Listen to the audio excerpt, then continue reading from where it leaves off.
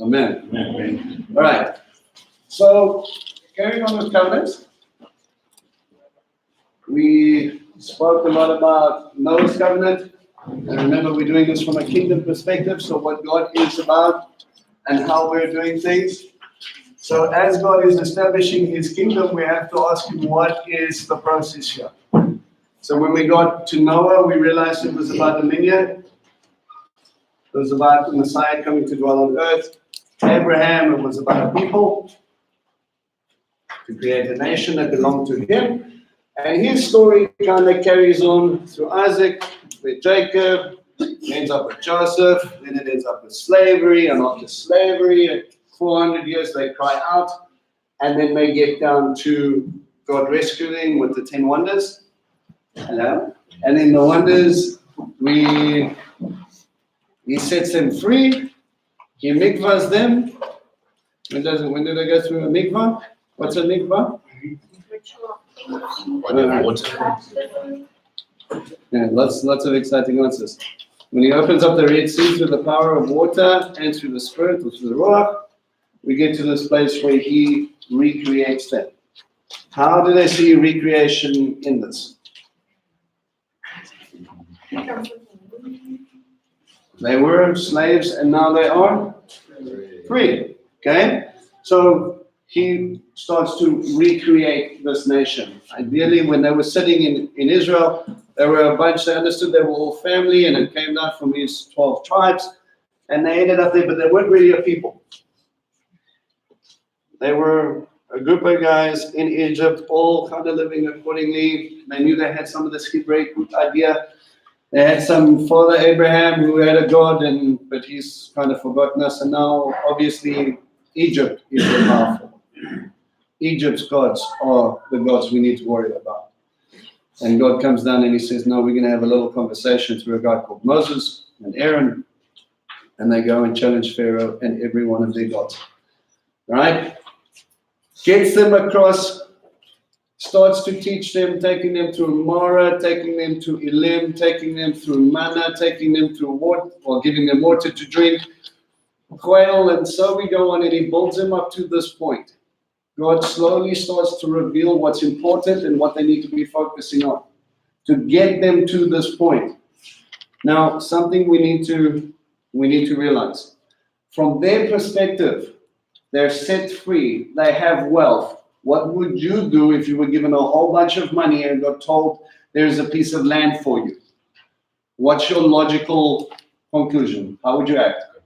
Retire. Retirement? Right. I'm out and I would run straight to the piece of land. Okay? Do not pass go, do not care. God, just get us there safely, and once you're there, you can let us go and buy a piece of land. And that would be it.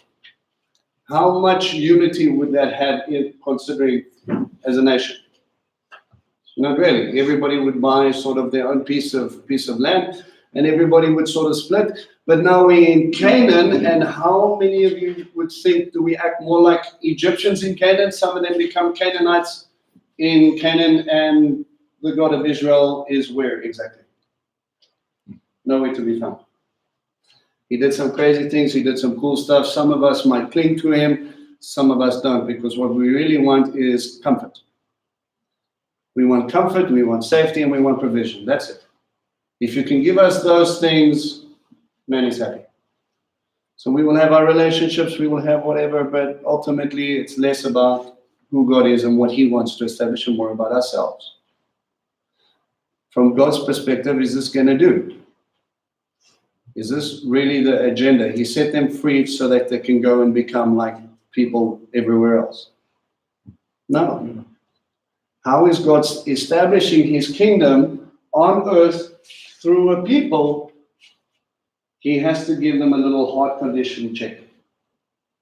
And he has to stop them and he has to say, okay, I need you to understand something. So instead of letting them race off into Canaan with their whackloads of gold and money and all the rest of it, he says, no, I'm going to take you through to a mountain first. And at this mountain moment, he's going to reveal himself to a nation, and he's going to start to give them an identity. This is what we need to unpack. Okay, so go with me to Exodus 19. Exodus 19.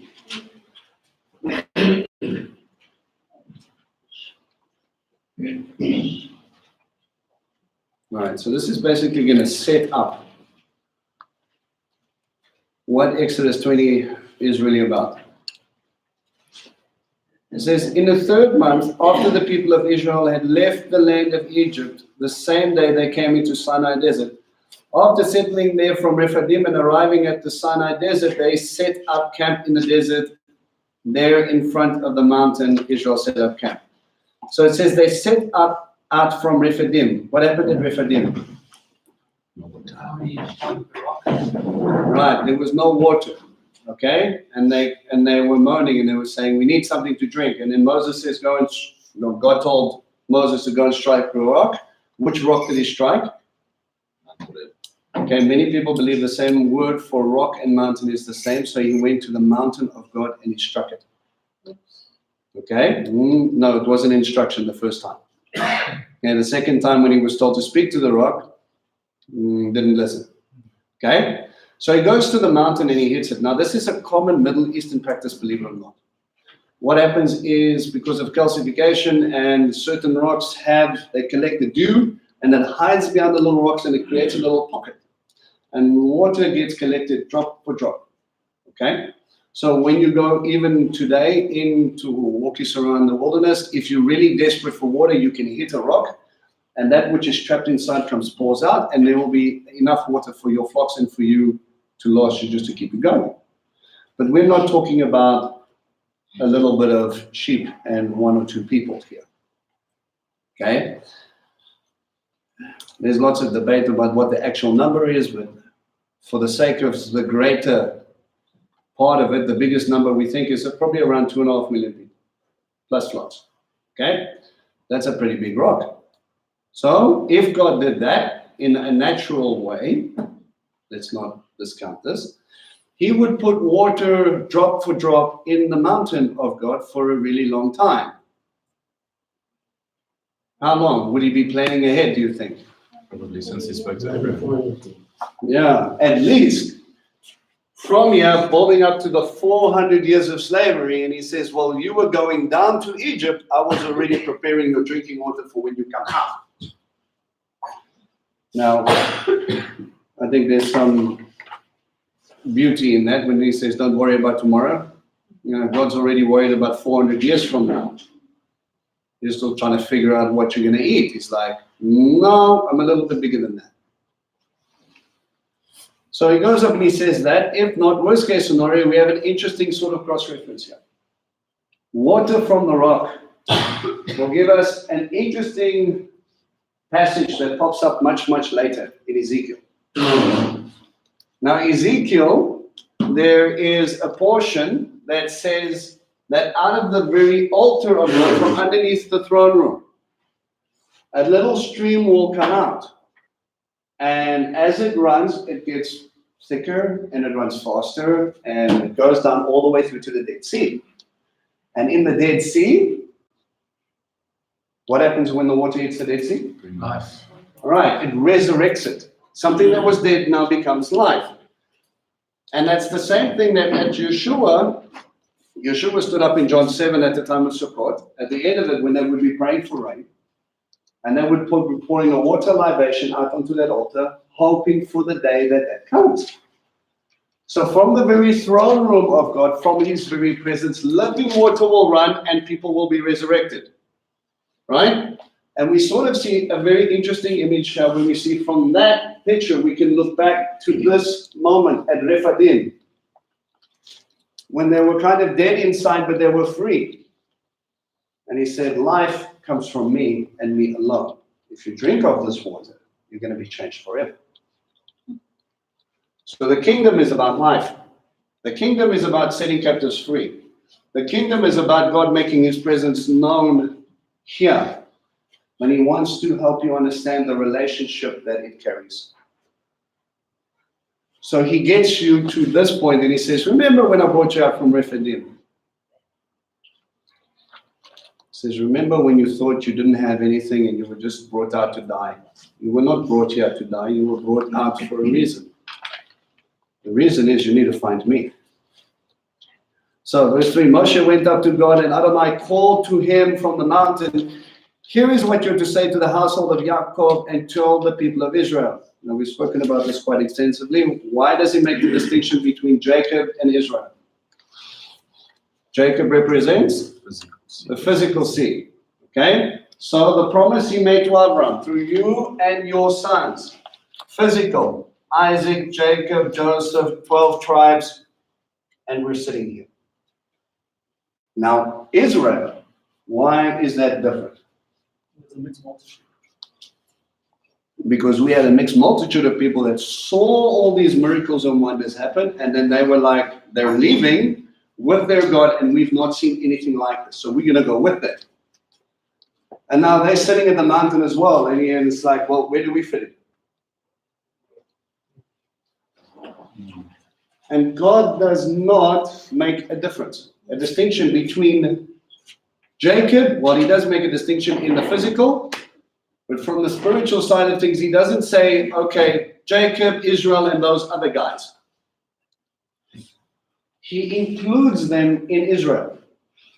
Paul understands this later when he talks about it in Romans, and he says, you're engrafted. You're part of the same tree. You're part of the same family. You were bought with a price. You were brought in, and you were engrafted into this tree. So now you're part of us. And then later he'll make a statement and he'll say, not all of Israel is God's Israel. Because sometimes you're called an Israelite because of birth, but you don't follow the God of Israel.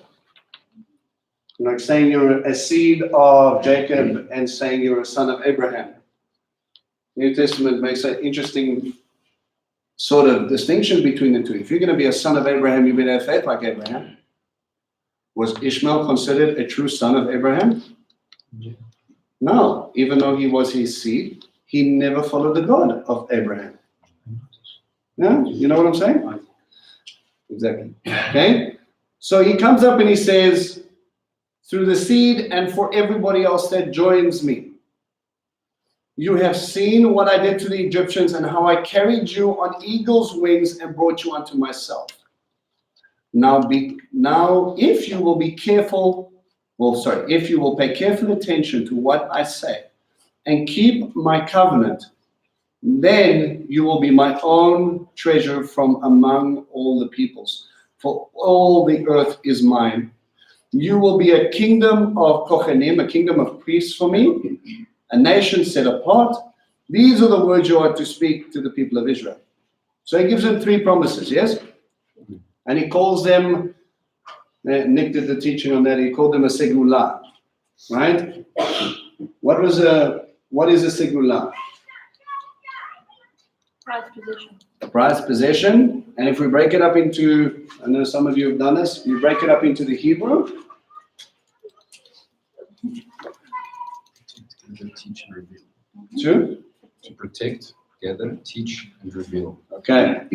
So the purpose of who you are is you will become that treasure. And if we break that up in the paleo, you guys all know what I'm talking about? Each letter carries, I suppose we better do this now because it's going to come up later. The segula is how you would write it in Hebrew. Now the Paleo Hebrew would see each letter is a picture. Each picture has a meaning. Okay? Now there's a few different options. Okay? What was your summation? One didn't have the vav, but it's Okay. the samech is to protect, Okay, to protect, to gather, together. to teach and reveal. Teach. We don't have the vav in mind. Okay, So the vav would then be to attach attach, or join teach, to the shepherd teach, or to teach, and to reveal. to reveal.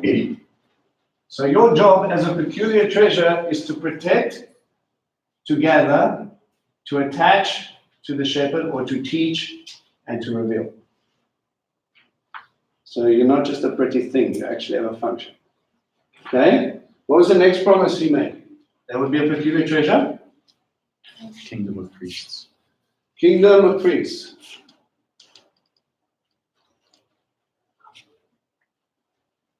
If we look at that statement, Malchut. Malchut, if we're dealing with kingdom dynamic, yeah, we're starting to get to the heart of it. Where do you keep your treasure? Safe place. In a safe place. Where's a safe place in antiquity, ancient times? Temple. So in the Mishkan, who wore the most bling out of all of Israel? The high priest. The kingdom of Kohanim. So the treasure and the Mishkan, the tabernacle, have a link.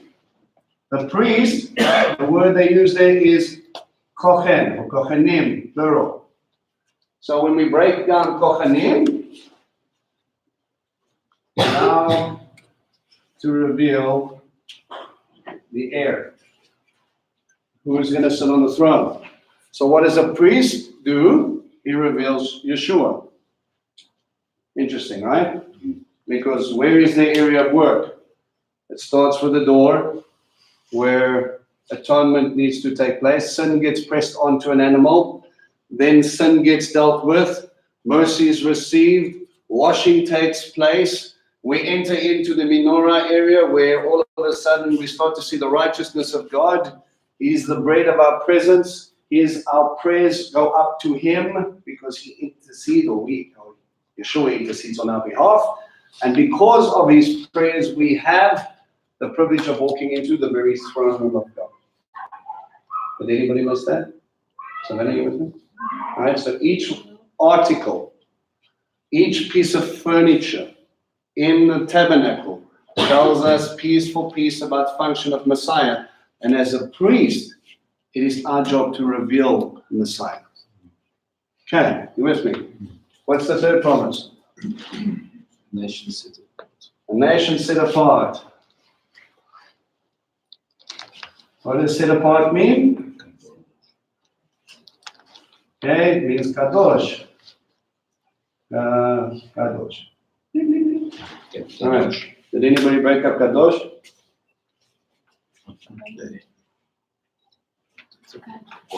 You want me to give you? Pass this niggas first. While you're busy with that, I'm going to go and do that. Look up for the spelling of kadosh, and then we'll break it up into the thing. Right. Are you guys okay with this so far? Yes. Yofi. All right. Pretty good. I want you to. Quite good. Yeah, we can. Kaf, Kaf, Dalet, Dalet, Vav, Vav, Shin. Shish. Okay, so we have Kaf. This is the part where you pull out the funny little bookmarks and you find matching symbols.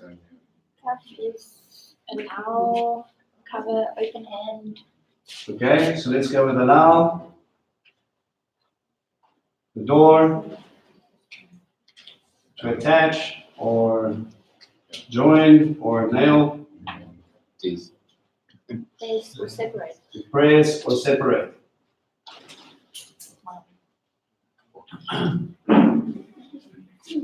Allow the way or the door to join or to attach, as in so that you can be separate. So through the blood of Christ, you're going to be separate.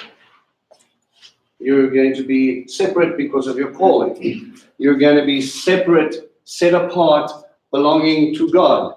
As God establishes his kingdom on earth, you will not belong to the earth, you belong to him. Okay? Now, I want to go to chapter 20. Now, we've kicked this about a lot with Shavuot, so I want to give you another angle. Okay.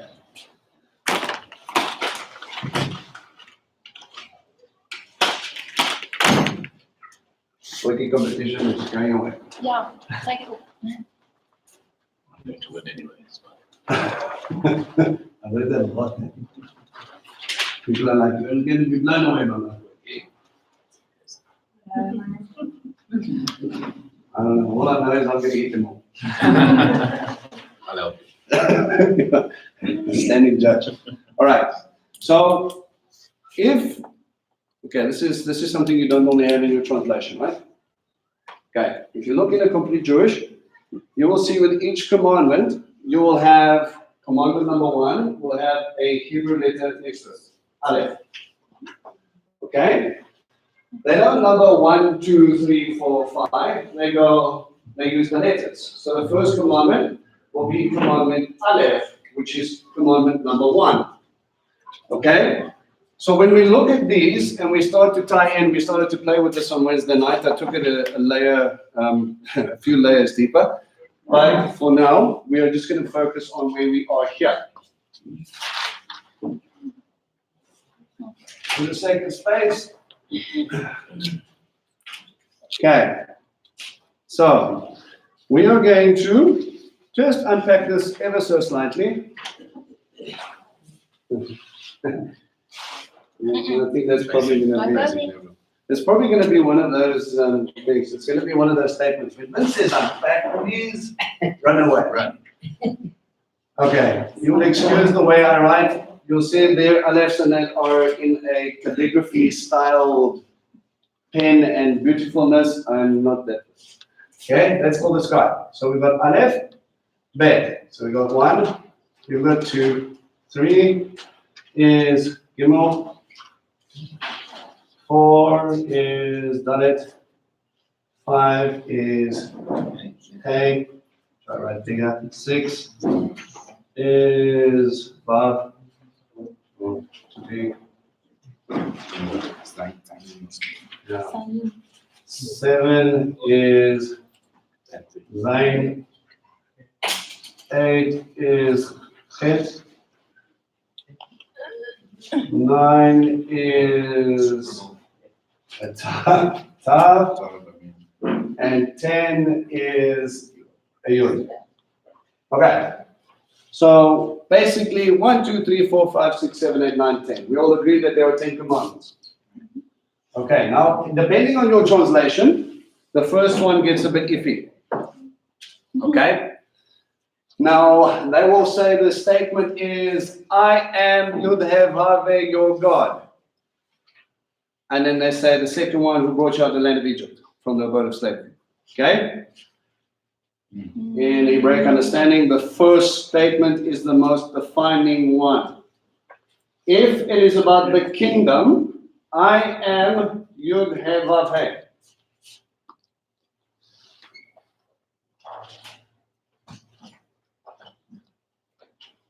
Who brought you out of Egypt, bondage, I set you free. Okay? So the statement is, this is your God. I am Yud-Heh-Vav-Heh, your God. Okay? Bet. What is the next one? Okay? Well, before we get to the letters. To have no other gods before me. Okay? So here we start talking about idolatry. Idols. Right? No graven image. You're not allowed to make an image of him on the earth above or below, in the water. He said, I'm a jealous God. You need to love me and obey my mitzvot. Right? Next one. Do not take the name in vain or lightly. Okay, I'm going to put here Ketubah, because when you get married, you take on his name, his surname. It's a representation. All right? Next one.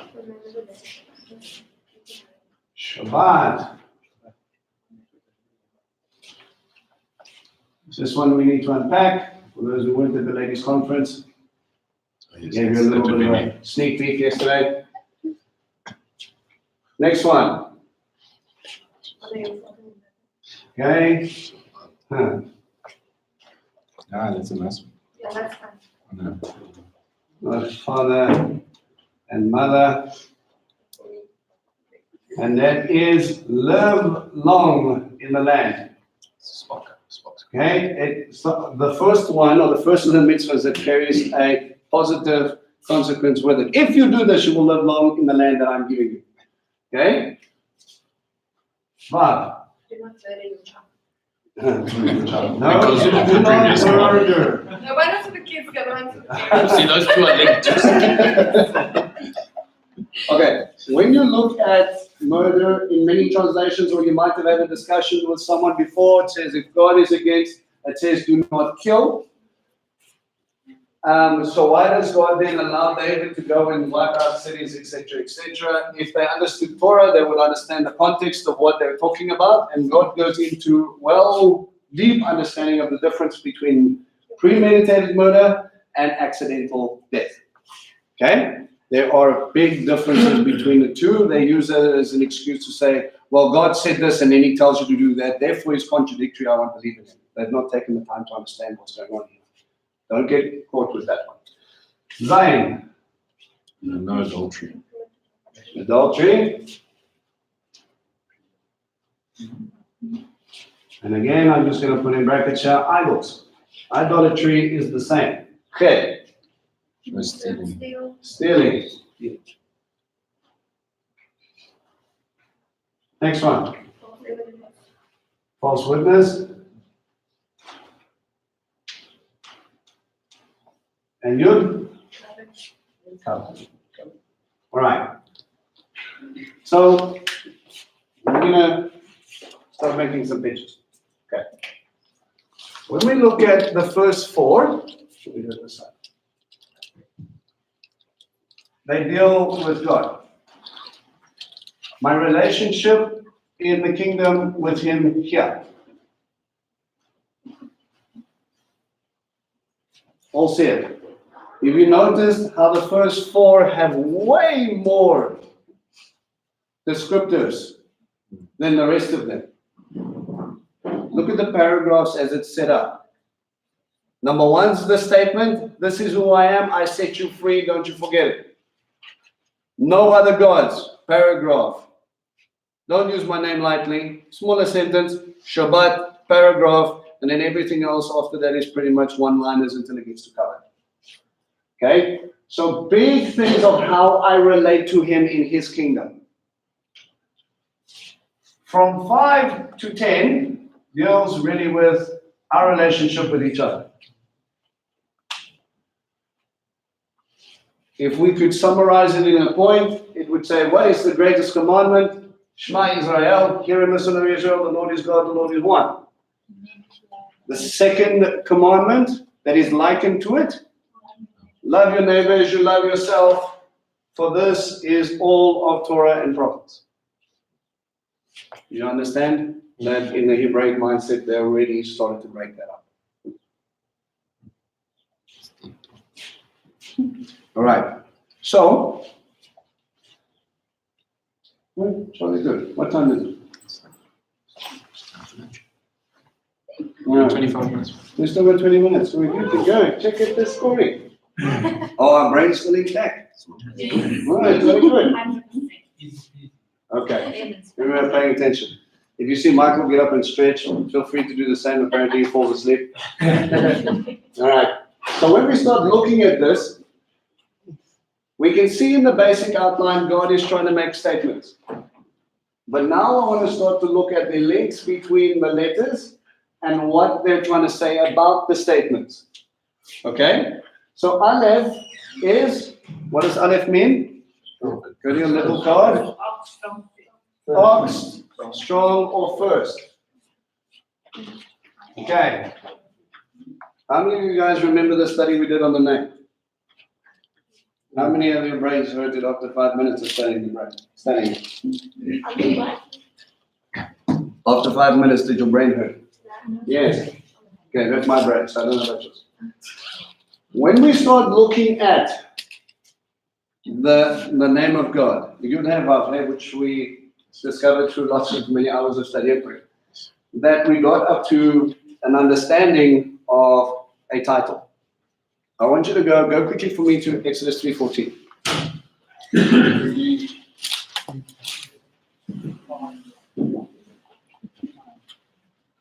We're going to simplify this all nice and quick like. The more we do this, the more it will make common knowledge. Right? Exodus 3:14. It said, God said to Moshe, when he asked him, what is your name that I should go and tell them? God answers him by saying, you will call me. What does your translation say? When you I am who I am. Okay, I am who I am, or I will be what I will be. The correct translation is will be because it's future. Okay? He uses this term, if you don't mind, I'll write it here. Ehyeh means I will be. I will be what I will be. Ehyeh asher ehyeh. So, when people say, what is the name of God? Does that sound like a name to you? No. It says, it's me. I will be whatever I will be. You're not going to define God by a singular title. Whether it is El, what we translate as God, whether it is Yah, a shortened poetic form of the Yud-Heh Vav-Heh, whether it is El Shaddai, whereas I know every need, whether it is Ha-Elyon, which is God Most High, whether it is Yud-Heh Vav-Heh Tzevaot, what we call the Lord of Hosts, and we get so on. Adonai, Lord.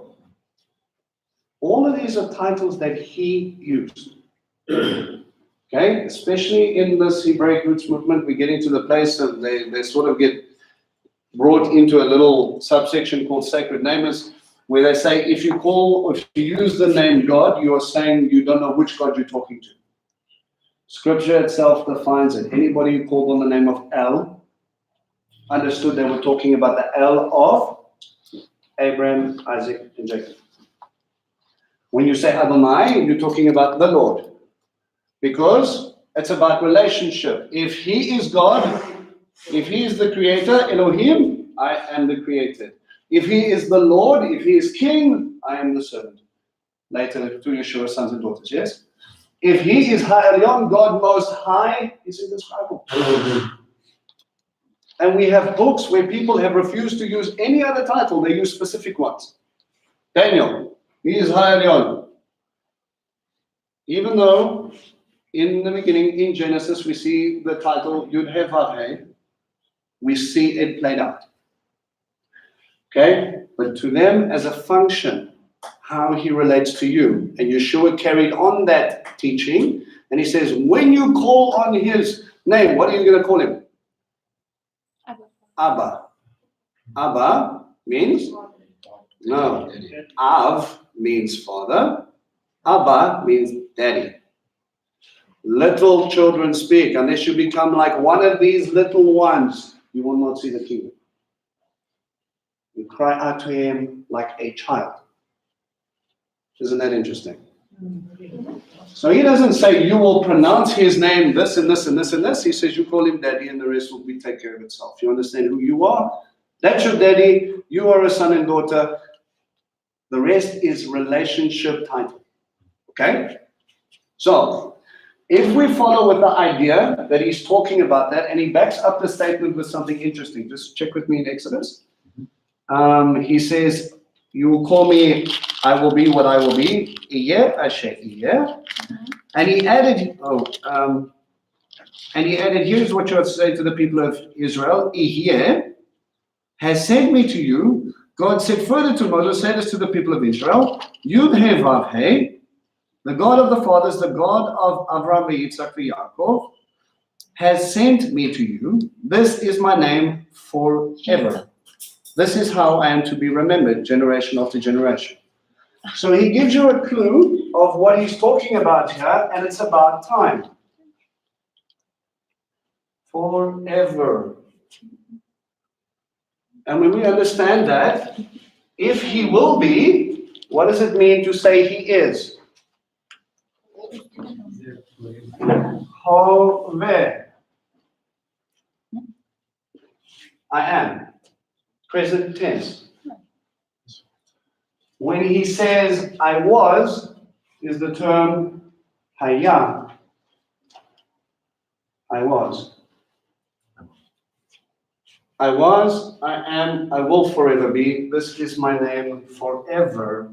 Forever is a word called le or lam. So the 3 is the forever. All 3 of those. Thank you. Right. So when he says, I will be whatever for be, I was, I am, and I will be. Are you guys following the logic? Okay?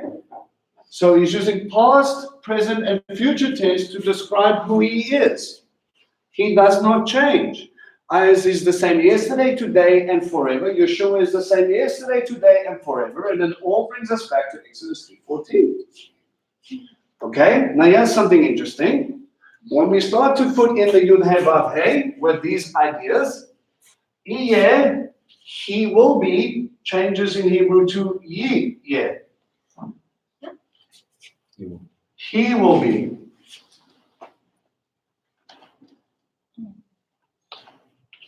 You with me? Say it again. He will be instead of I will be. It's yeah. Yeah, I will be. Ye, yeah, he will be. So because we have a yud, a ya, and we understand the vowel pointings according to rabbinic literature as well, that is the same vowel pointings. We have a ya, we have a ha, we have a va, and we have a ya. And you put that in. Yeah, ho, ah. That is your. I am who I am. I will be. I did it. I was, I am, I will be forever. It's a contractulation of 3 different Hebraic terms to show you that he never changes. You understand? Yeah. Okay? We actually have letters stating from one rabbi to another, and he said, you know the vowel pointings for le'olam and the yud he vav he are the same? He goes, yes, but destroy this letter because other people are not supposed to know about it. Okay? We have documentation backing the statement up that goes back for a long, long, long time. Okay? But it fits the context above all else with the actual statement. Now, if we fit that understanding into the first, who was the first? God was there in the very beginning. Yes? Yes. Is he there now? Yes. Will he forever be? Yes. He's the strong one. He is the Aleph. Yeshua will say, I'm the Aleph Tav. I'm the Alpha and Omega. He is the Aleph. You with me? All right, brains hurting yet? The rest is easier, I swear. Okay? I promise. I promise. All right. So we've got to bet. Bet means house. So, according to the house that's being established by God, you will have no copy. The first letter of the Bible starts with a bet. Bereshit, Genesis. Because it's a story about a God and his household, whom he created for himself. And it's an interesting thing that Ben, son, starts with it as well. The son created by him for himself. Okay? Gimel. Together. If you become to God and you walk alongside him, and means together or walk, you will take his name and you will represent him wherever you go. By representing him, people will come to you because you bring light. Shabbat, what is Delet? The door or the way. Okay? Now, Yeshua said, I am the way, the truth, and the life. I'm going to unpack that in the next session, because John talks about truth. So he goes, the way to the Father, or what separates you, and this is an interesting thing. If we break up the Shabbat, it means to press or separate onto the house a sign or the covenant. That this one means. And the Paleo Hebrew for this mark is a cross. Now, what great event happened that got them out of slavery where a sign was pressed into the house? It was Passover, the blood on the doorpost, yes? The blood that brought life because death could not enter. It was pressed into the house. So let's spiritualize that for a second. Bear with me. If Yeshua is the way, that which is pressed in to separate for the Father's house. If you become a believer, you become a son and a daughter of the Most High. From a kingdom point of view, what separates you is Him pressing into you that you belong to Him. Shabbat, later, it's called a sign between us that we belong to Him.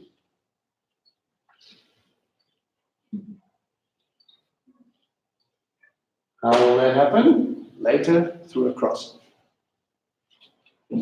Okay? When we get to Het, Chai, not Chai, Hey. Hey. The Hey means to reveal. How do I understand a father and obeying instruction with my relationship with my father and my mother? Now, if God in Elohim is Father, where does mommy come in?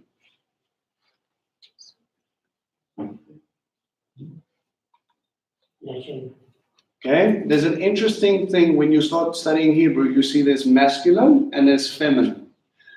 Elohim or El is masculine.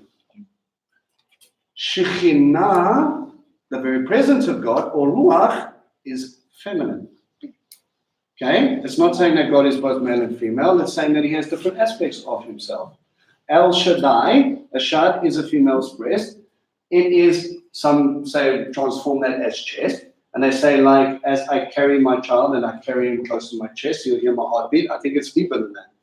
I think it has to do with mommy's milk provides everything that baby needs. Nurturing. Everything. It's that time of nurturing, the time of contact, the antibodies, everything that you need will come there. You don't have to worry about a specific formula of protein versus veggies and fruit and all the rest of it. Everything is taken care of. Perfect by design. And as God is that to us in the beginning, He nurtures us and He lifts us and He gets us to that place.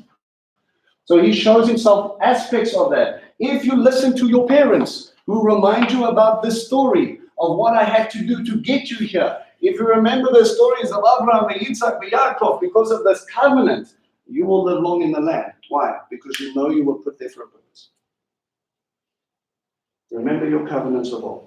Remember why you were born. Remember why God saved you. They didn't even know His name. They didn't even know who He was. Moses, what am I going to call you? Now, this is a guy who's supposed to represent this God to a nation. Tells him, I will be what I will be. And so we get this separation, and He goes, okay, this is who we are, and I will be your father. I will bring you out. I will carry you like an eagle carries its wings, or carries this eaglet on the back of its wings, and I will bring you to the land. He's going to reveal Himself through that relationship. Vav means it's a male, but it's attached or joined. Now, why would I use that for murder? Because think of the first reference, Cain and Abel.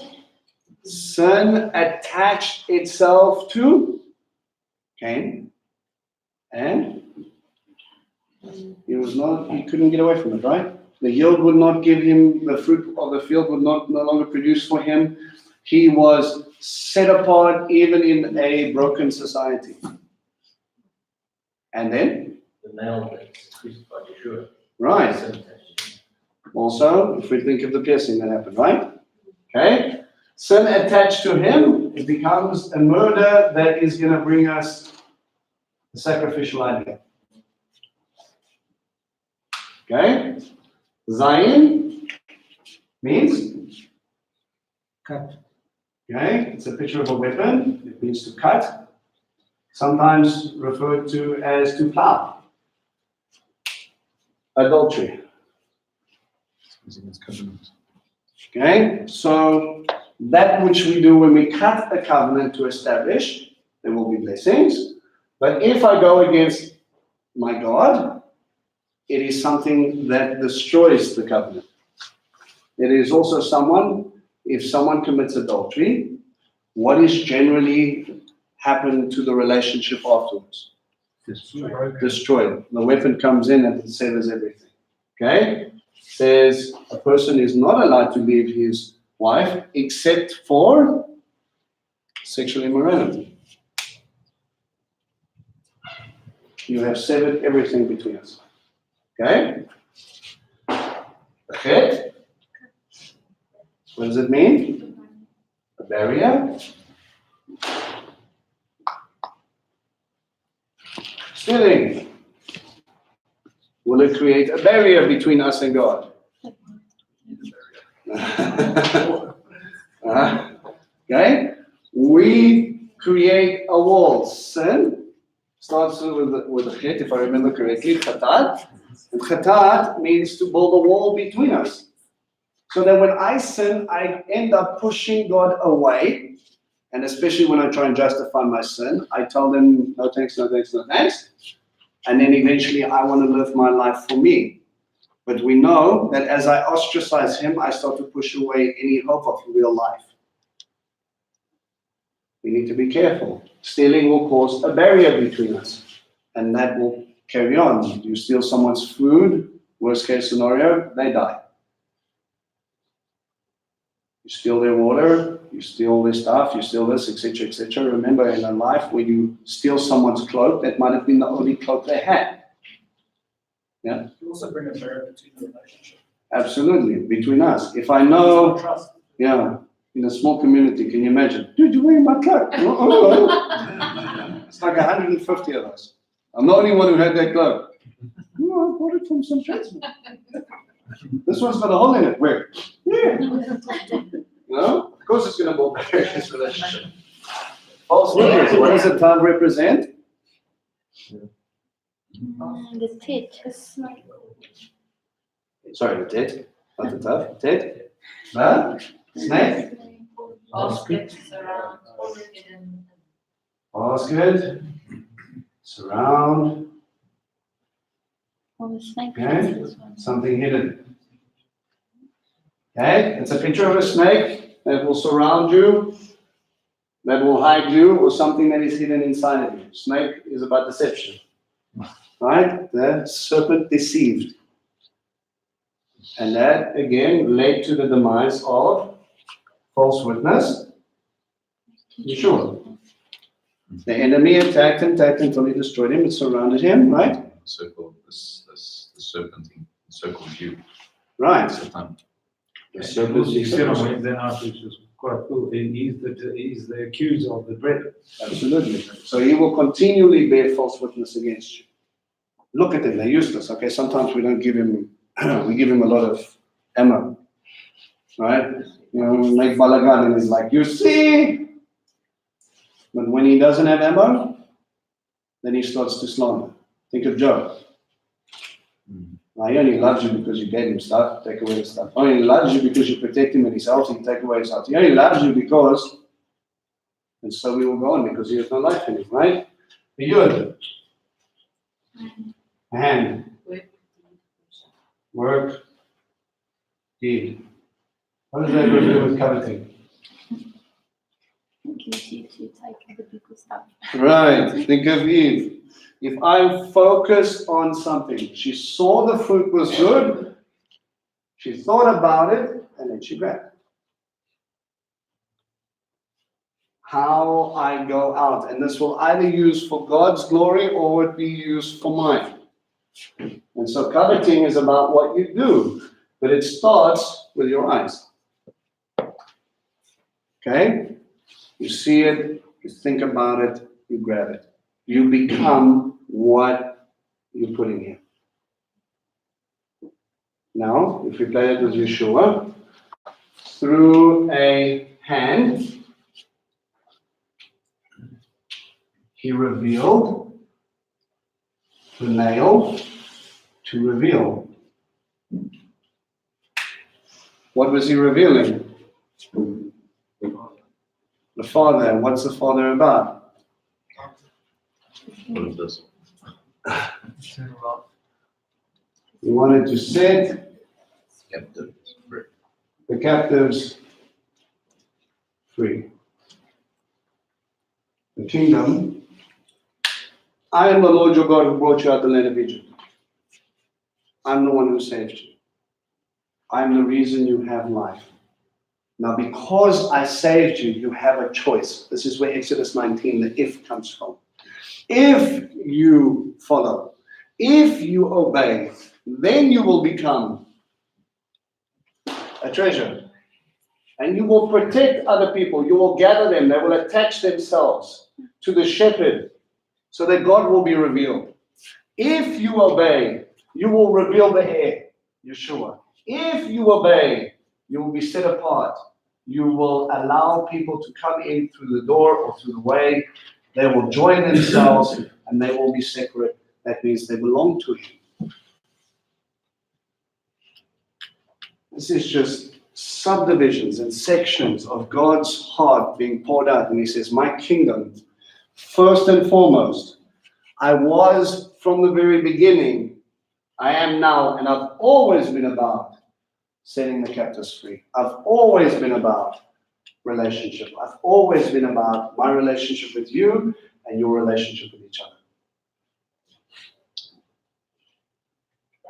The kingdom of heaven, established through blood.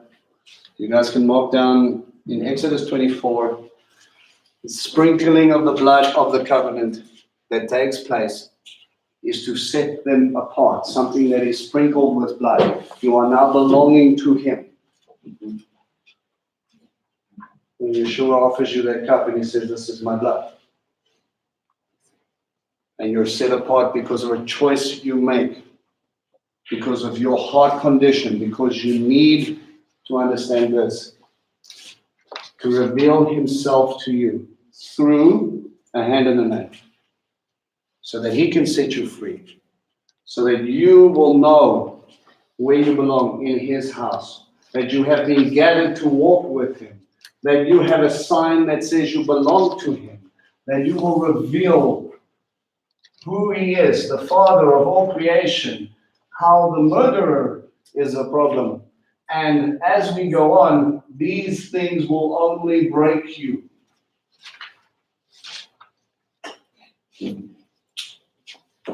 So he says, look guys, you're living in a broken world. I've been there from the beginning. I want you to belong in the new creation that's coming, where I'm going to deal with all the brokenness. So shall we finish off with,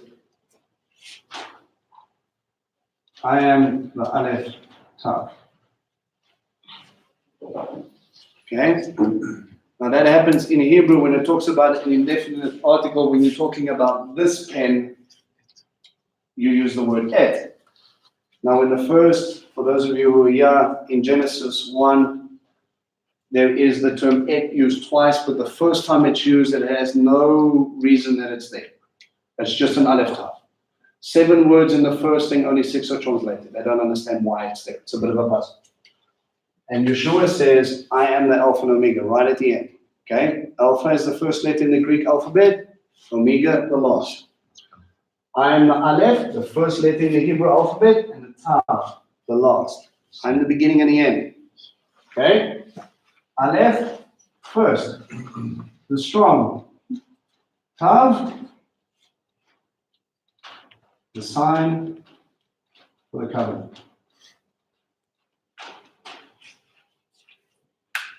That's for sure. So it's actually saying as well, I'm the Aleph Tav, I'm that which you do not understand. That's something we overlook. So when the kingdom of heaven is being established, for each person setting them free from themselves, setting them free from the world, setting them free from broken cycles, setting them free from everything, your job then becomes to reveal God to everybody else. And if we do that, you'll become something very precious to Him. Amen? All right. Prayer time is every time. What is that?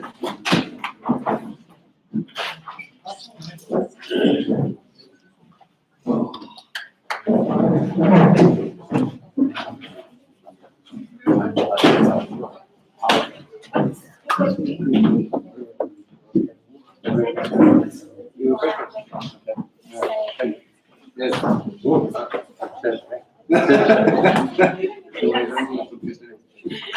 All right.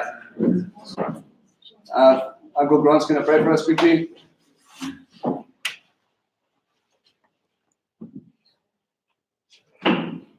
Yeshua Mashiach, thank you for bringing us all here together in one big family. Just be with us. Thank you for your Shabbat. Just be with us this coming week as well.